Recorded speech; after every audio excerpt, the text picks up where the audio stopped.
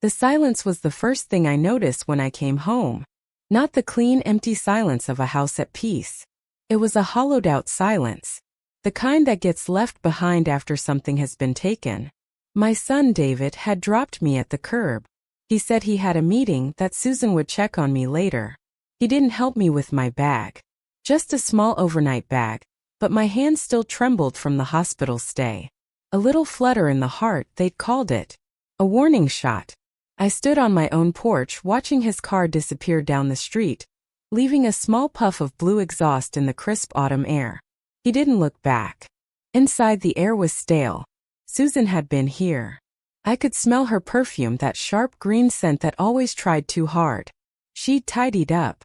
But her tidying was always a form of erasure.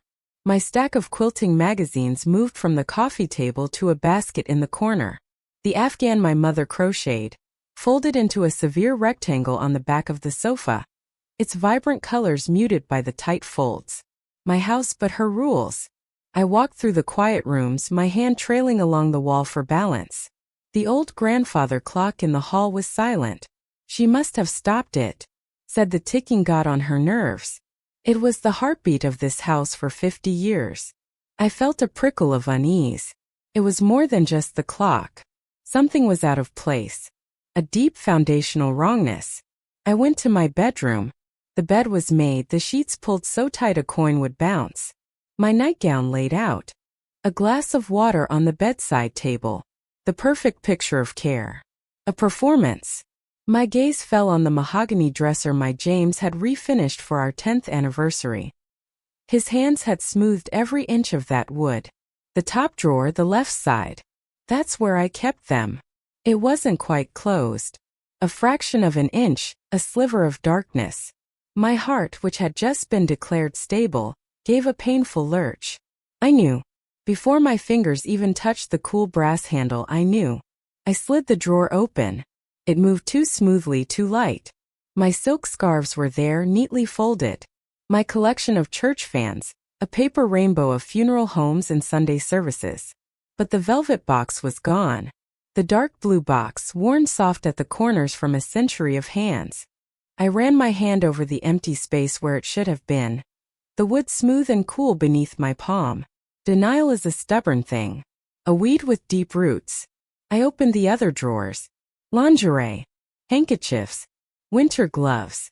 Nothing. I went to the closet, my movements stiff and robotic. I checked the shoebox on the top shelf where I kept old letters from James, smelling of dust and ink. Not there. I looked under the bed. Behind the curtains. Each empty space was a small confirmation. A quiet drumbeat of truth. They were gone. My mother's pearls.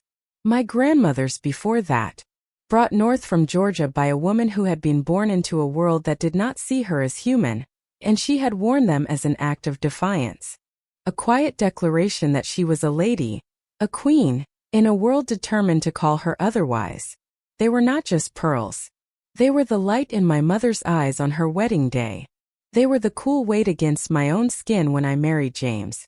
They were the promise I had made to my daughter, before I lost her, that one day they would be hers. They were the story of us, of the women who came before me, their strength and their sorrow and their hope, all polished into a luminous glow. I sat down on the edge of my perfectly made bed. My hands did not tremble now.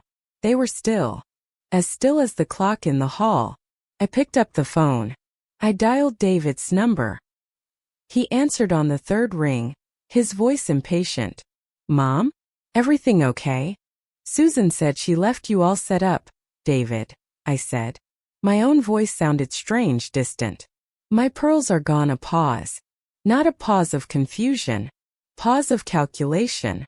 "Oh, that," he said, his tone shifting to something falsely reassuring.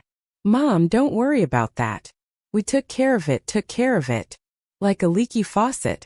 Like a mouse in the pantry." "What does that mean, David?" I could hear Susan's voice in the background, a sharp whisper. "Look, Mom," he said, his voice dropping as if sharing a secret.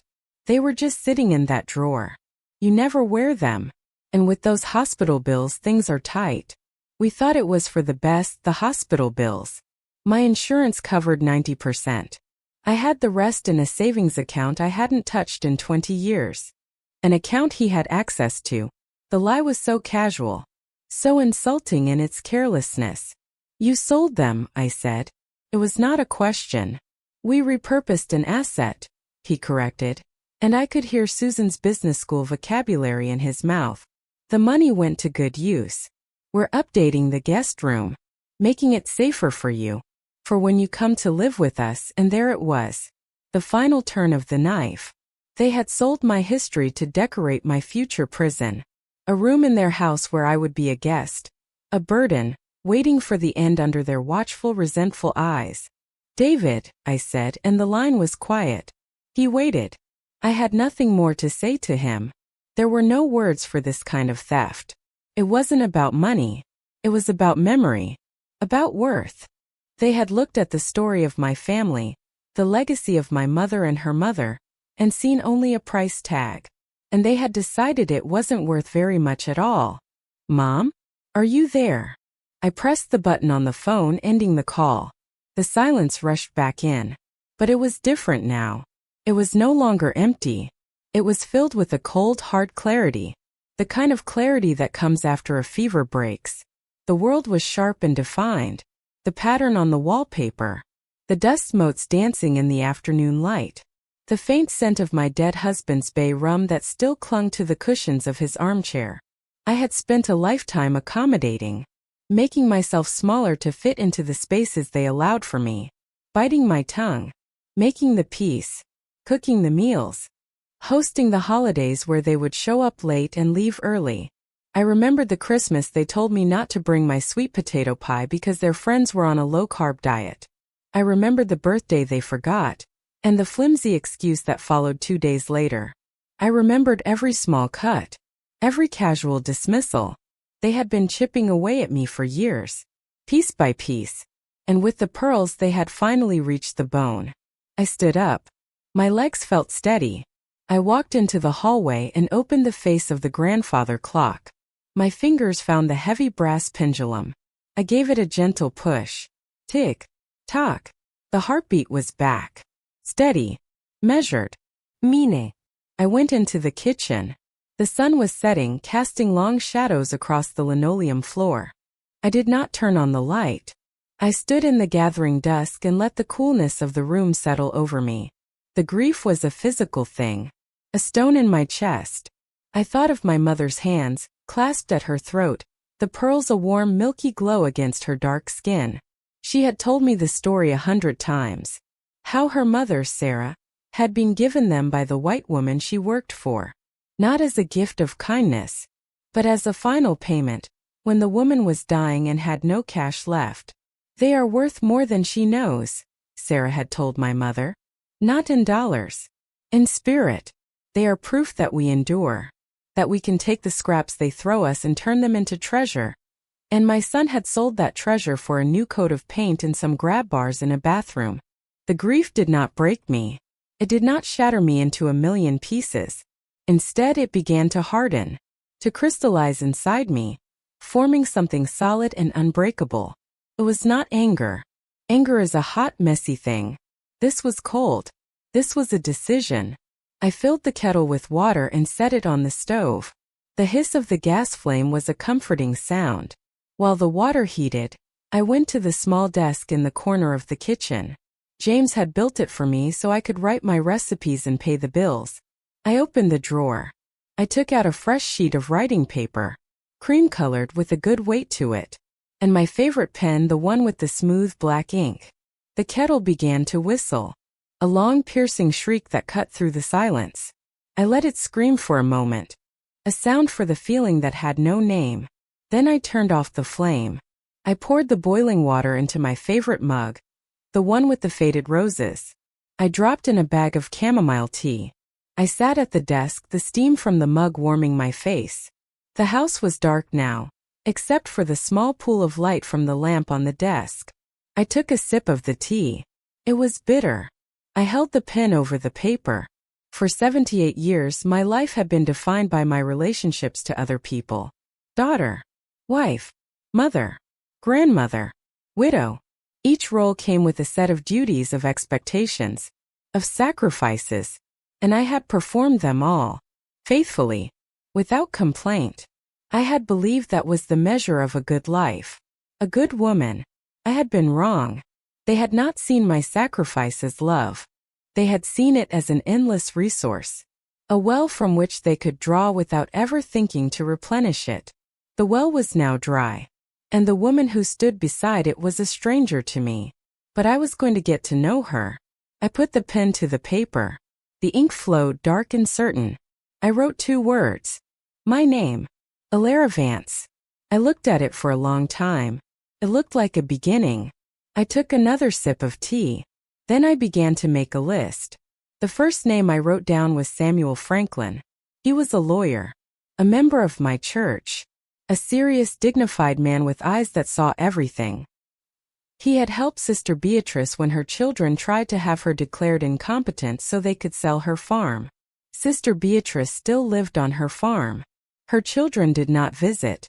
I remembered the quiet satisfaction in her voice when she spoke of it. Sometimes, she had told me over coffee after service one Sunday, you have to prune a tree for it to grow strong. I had not understood her then. I understood her now. I would call Mr. Franklin in the morning.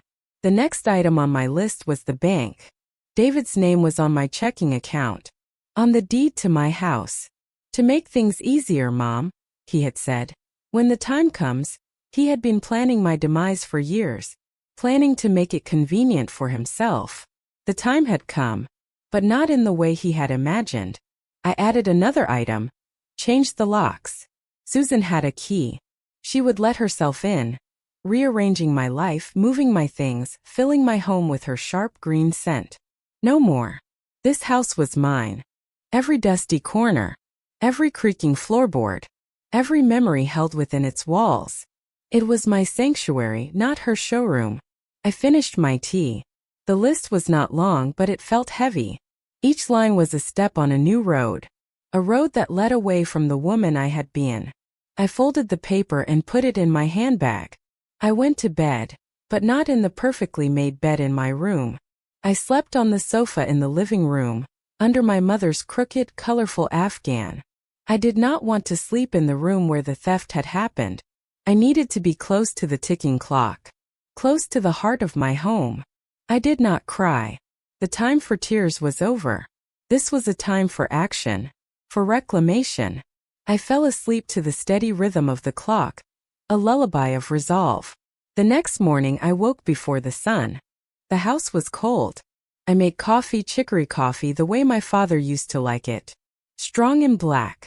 I sat at my kitchen table and drank it, watching the sky lighten from charcoal to violet to a pale, hopeful blue.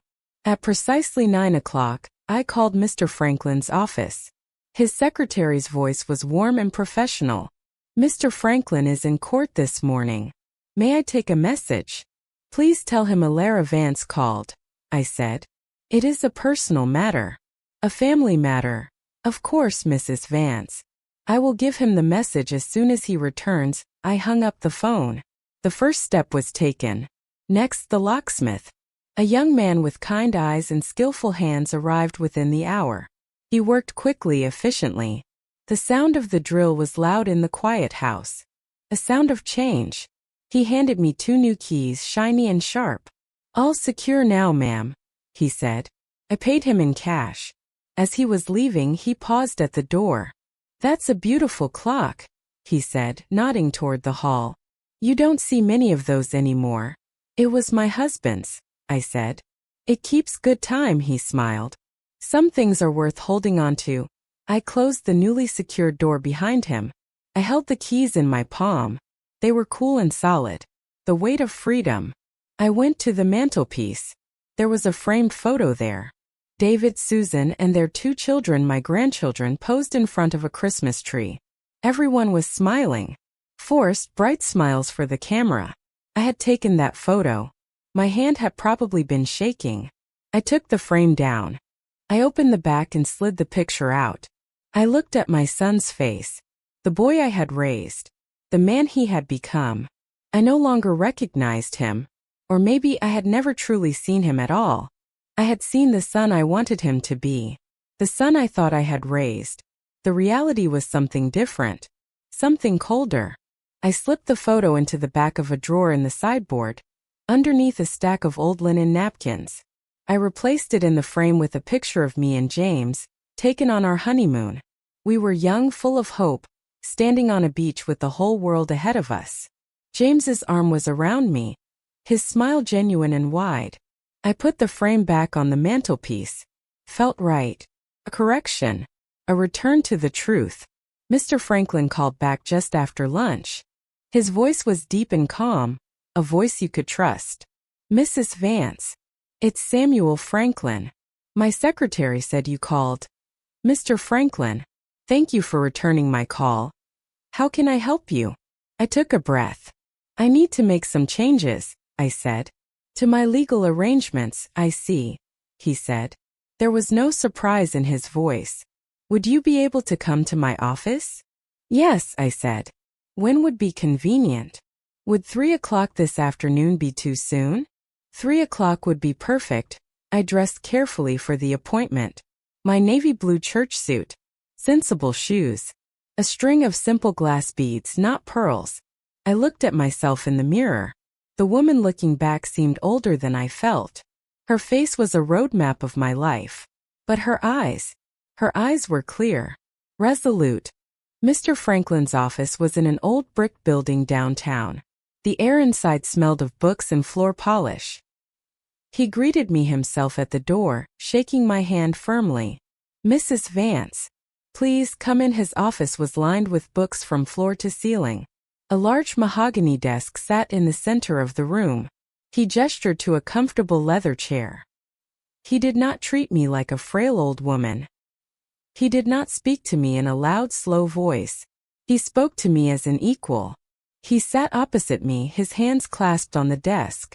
"Now," he said gently, "tell me what's on your mind." And so I told him. I told him about the hospital, about coming home to the hollow silence, about the empty velvet box. I told him about the phone call with my son, repurposed an asset, for when you come to live with us. I did not cry. My voice was low and steady. I simply stated the facts. He listened without interruption. His dark eyes watched me, not with pity, but with a deep, focused attention. When I finished, there was a long silence in the room. The only sound was the faint hum of traffic from the street below. "I see," he said finally. He leaned back in his chair. "The pearls," he said. "What was their approximate value?" "I don't know," I said honestly.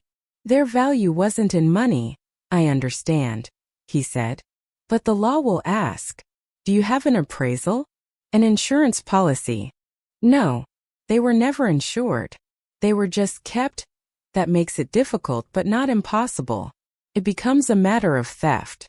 Of conversion of property." He paused.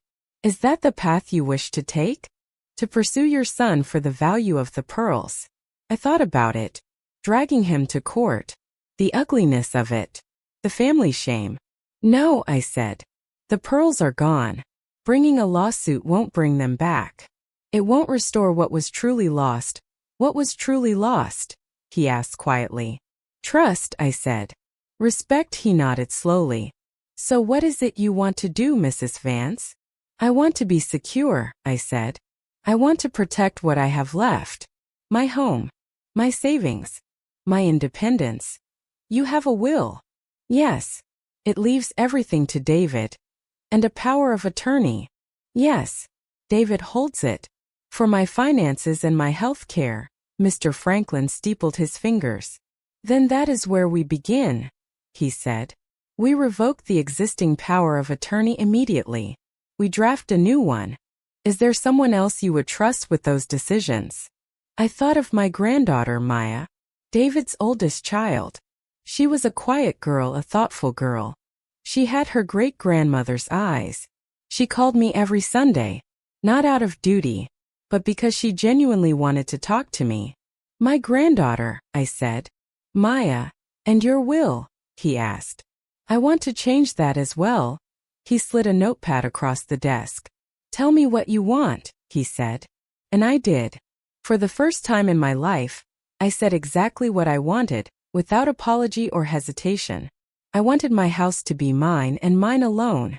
I wanted my money to be under my control. I wanted to decide for myself how the story of my life would end. He wrote it all down. When I was finished, he looked at the notes. This is all very clear, Mrs. Vance. We can have the revocation of the power of attorney filed by the end of the day. The bank will be notified. We will draft a new will and a living trust. A trust will protect your assets and avoid probate. It is the strongest protection you can have. A trust. It creates a legal entity that owns your property. You are the trustee, so you control it completely during your lifetime. You name a successor trustee, your granddaughter perhaps, to manage it after you are gone, according to your exact instructions. It is very difficult for anyone to challenge a well-drafted trust. It sounded like a fortress. Yes, I said. Let's do that. He stood up. I will have the first documents ready for you to sign in an hour. I left his office feeling lighter than I had in years. The stone in my chest was still there, but it no longer felt like a burden. It felt like a foundation. I walked to the bank myself. It was 2 blocks away. I spoke to the manager, a woman I had known for years. I explained that my lawyer would be sending over some paperwork, that my son's name was to be removed from all my accounts. She was discreet, professional. Of course, Elara. We will take care of it as soon as we receive the documents. As I left, she touched my arm. Are you all right? She asked, her voice low. I am now, I said. And I meant it. The calls started the next evening. First, a text from David. Mom, my debit card for your account was declined. Is there a problem? I looked at the message. I deleted it. An hour later, the phone rang. Susan's name on the caller ID. I let it go to voicemail. Her message was syrupy sweet, laced with steel. Elara, honey, it's Susan. Just calling to check on you. David mentioned some mix-up at the bank. I'm sure it's just a misunderstanding. Give us a call when you get a chance. We're worried about you, worried about their access, worried about their control. I deleted the message. The next call was from David. I let that one go to voicemail too. Mom, what the hell is going on? I just got a letter from some lawyer. Revoking power of attorney? What is this? Are you not well? Did someone talk you into this? This is ridiculous. Call me back. Now his voice was tight with anger. The mask had slipped. The concerned son was gone, replaced by the enraged heir. I deleted the message. And then I blocked both their numbers. The silence that followed was a bomb. It was a clean, peaceful silence. The silence of a home that was truly my own. I spent the next few days in a quiet flurry of activity.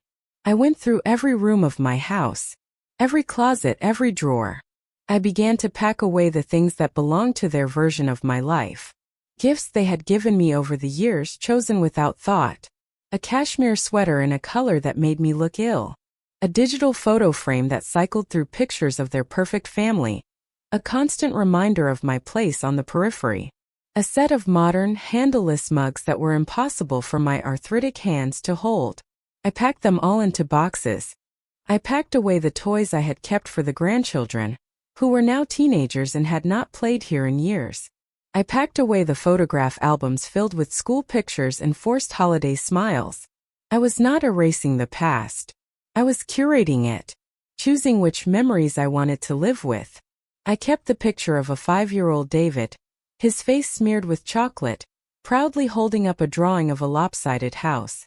I kept a photograph of Susan on her wedding day, looking genuinely happy, before the weight of her own ambitions had hardened her face.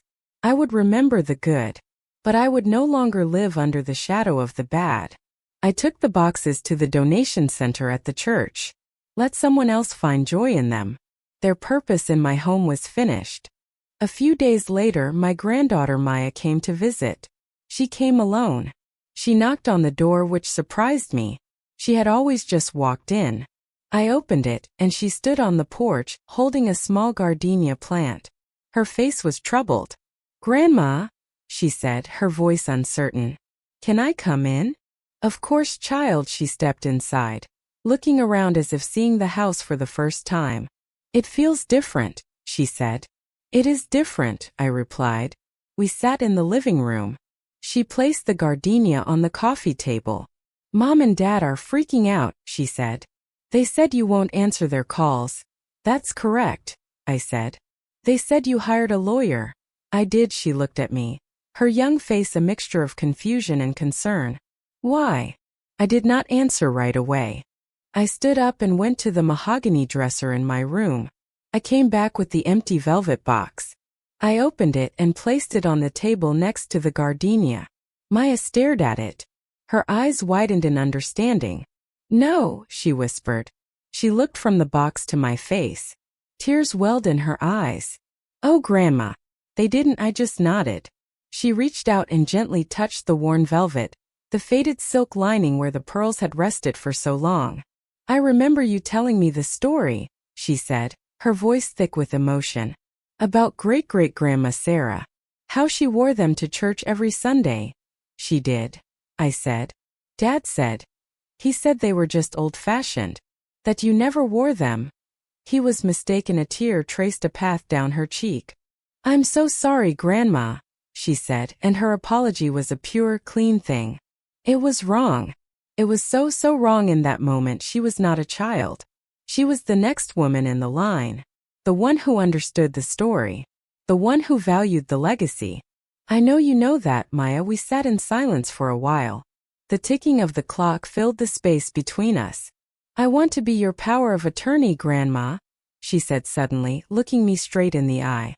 "If you'll have me, I'll do it right.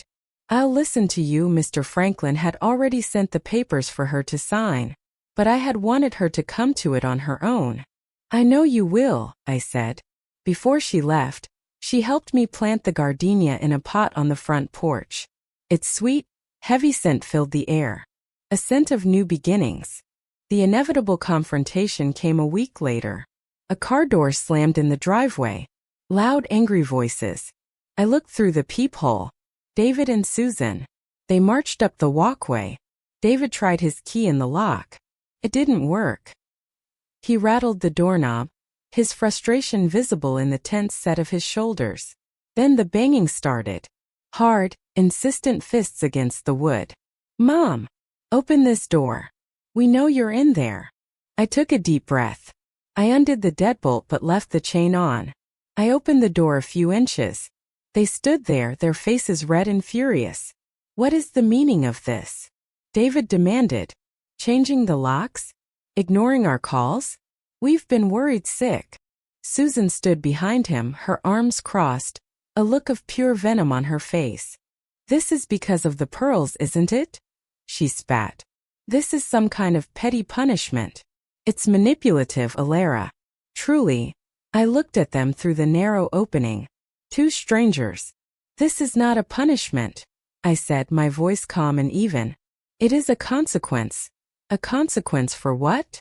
David shouted. "For trying to help you? For managing your affairs? For making a practical decision?" "You sold my mother's pearls," I said, the words falling like stones into the quiet air. "While I was in the hospital.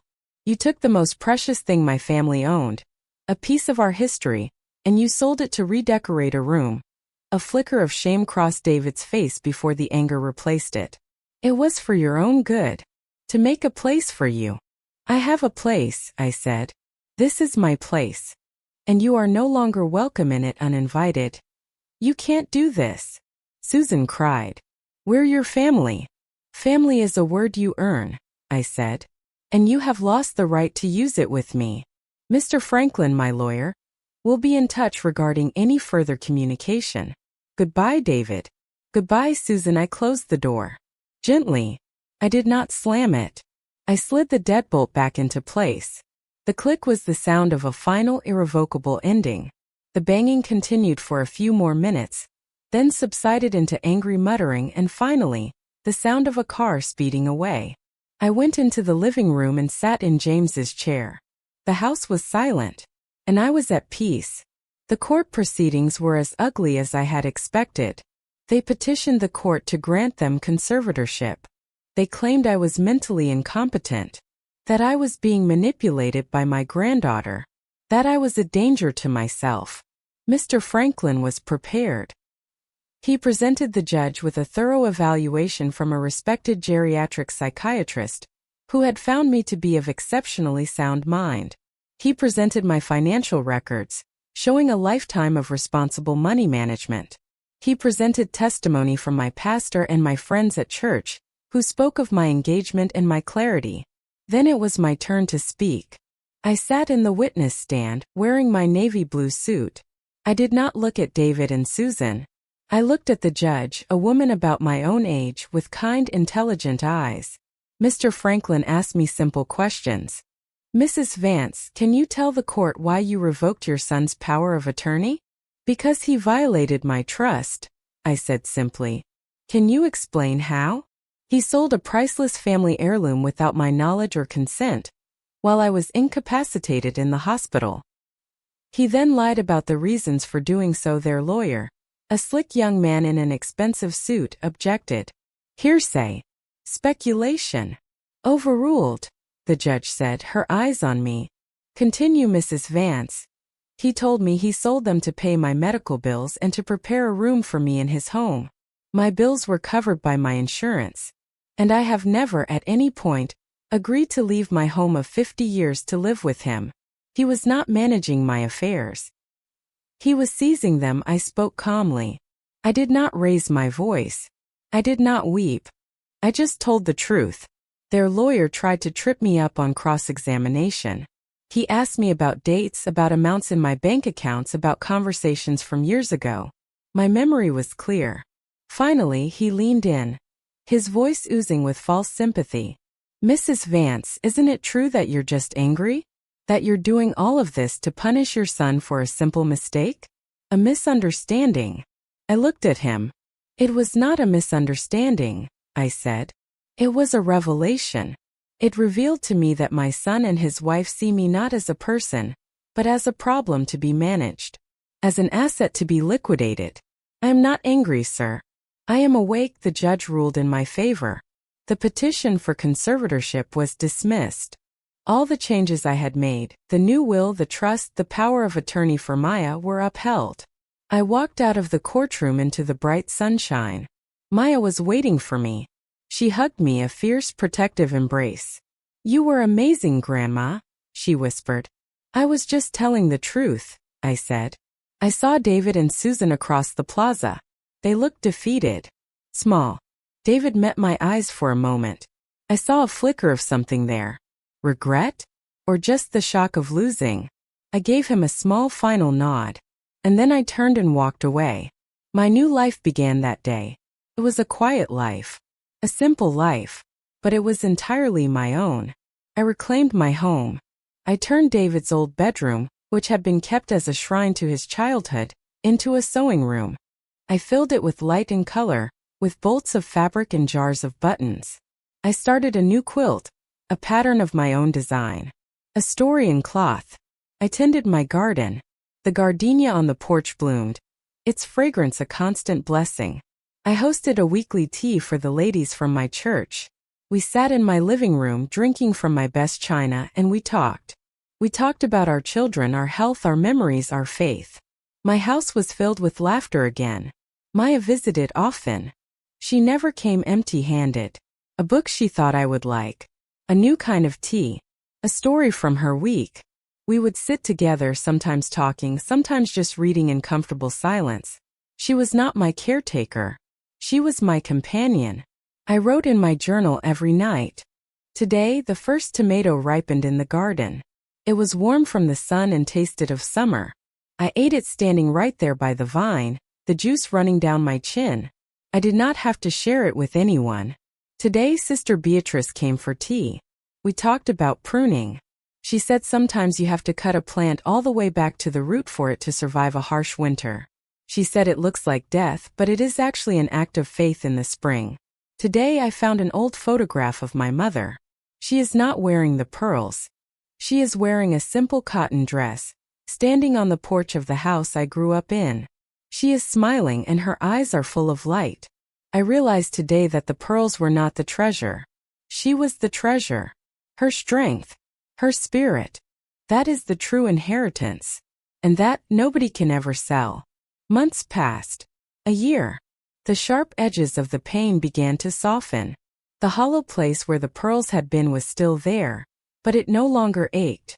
It was just a part of my story now. The part where I learned to save myself. One afternoon, a letter arrived in the mail. The handwriting on the envelope was David's. My first instinct was to throw it away unopened. But I didn't. I made a cup of tea and sat in my armchair. I opened it with a silver letter opener that had belonged to James. The letter was 1 page long. Mom, it began. I don't know if you will read this. I don't deserve for you to read it. There is no excuse for what I did. I was greedy. I was arrogant. I was a terrible son. I have been saying those words to myself every day for a year, and they are not enough. Susan and I are in counseling. I am trying to understand the man I became. The man who could break his own mother's heart and call it practical. I don't expect you to forgive me. I don't ask for it. I just wanted to say for what it's worth that I am sorry. I am deeply, profoundly sorry. Not just for the pearls. For everything. For every time I made you feel small. For every time I took your love for granted. For failing to see the queen that you are. I sold our family's treasure. I know that now. And I will live with that shame for the rest of my life. David. I read the letter twice. The words were simple. They felt true. There were no requests. No demands. Just an apology. I folded the letter and placed it on the mantelpiece, next to the photo of me and James. I did not pick up the phone. I did not write back. Not yet. Forgiveness is a slow-growing plant. It needs time. It needs light. It cannot be forced. The door to my heart was no longer bolted shut, but it was not wide open. It was ajar. And I would be the one to decide if and when it would open further. That night, I wrote the final entry in my journal. My name is Elara Vance. I am a daughter, a wife, a mother, a grandmother. I am a widow. I am a survivor. I am a quilter of stories and a keeper of memories. My home is my own. My peace is my own. My life is my own. And it is good.